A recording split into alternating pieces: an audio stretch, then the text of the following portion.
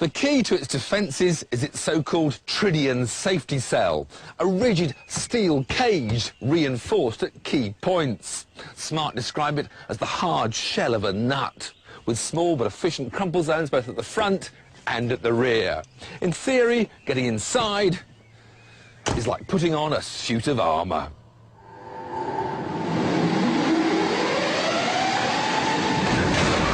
Even when it hits something more than twice as heavy, the bit where you sit is remarkably unaffected. There may not be a long crumple zone, but look how the Smart's windscreen remains intact.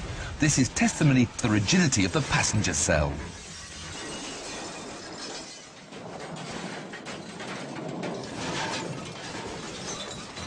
The downside of the shell's rigidity is that there's a greater potential for the crash forces to be transmitted through to the passengers.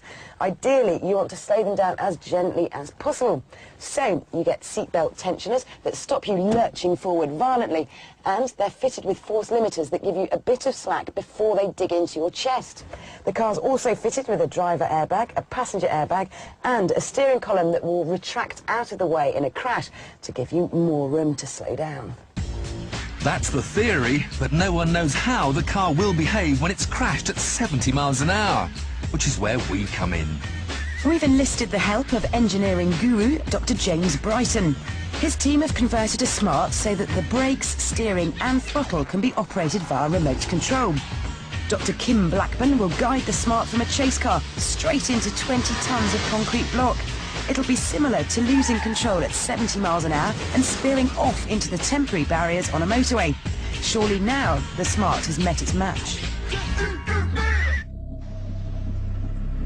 Kim to James, 10 seconds. 10, 20, 30, 5, keep it straight, thank you. 40, 45.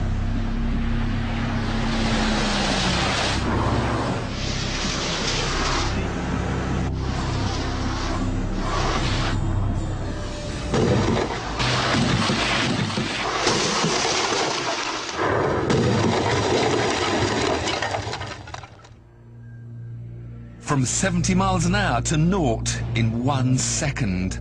Energy that it moved 20 tonnes of concrete, leapt into the air and rebounded to the side of the road. We didn't know what we'd find when we reached the wreckage.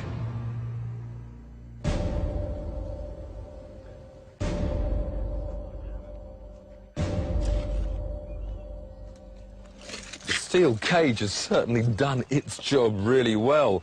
You can still see the original shape, just that one nasty kink there. Don't forget, this is a car without a roof. The plastic was just shattered.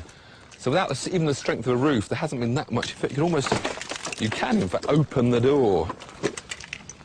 Bits fly out. And it's only really when you come around the front you do see that massive impact. Around the other side, though, it still looks remarkably like a Smart car. You can see the full shape of the door.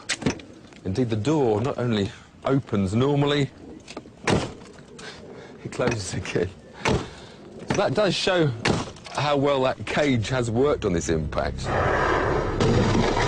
We were staggered at how well the Smart seemed to have stood up to our high-speed collision, but couldn't help wondering how a conventional small car would have performed in a similar test. So we found out. Another remote-controlled 3-star NCAP car, 70 miles an hour, into concrete blocks.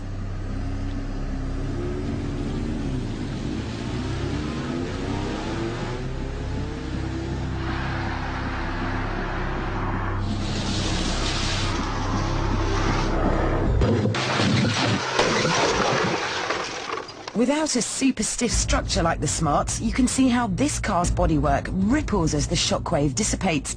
But again, the body looks remarkably intact, given the huge energy involved. Closer inspection revealed that there had been some intrusion into the footwell, but in comparison, the Smart looked to have suffered even more. Perhaps most surprising was the obvious energy-absorbing qualities of the concrete.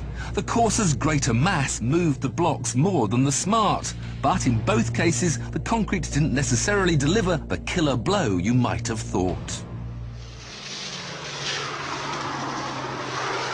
But But here's the rub. The cars may have stood up to the severity of the crash surprisingly well, but the humans inside wouldn't. No matter what you drive, rapidly decelerating from higher speeds is something your internal organs simply cannot cope with.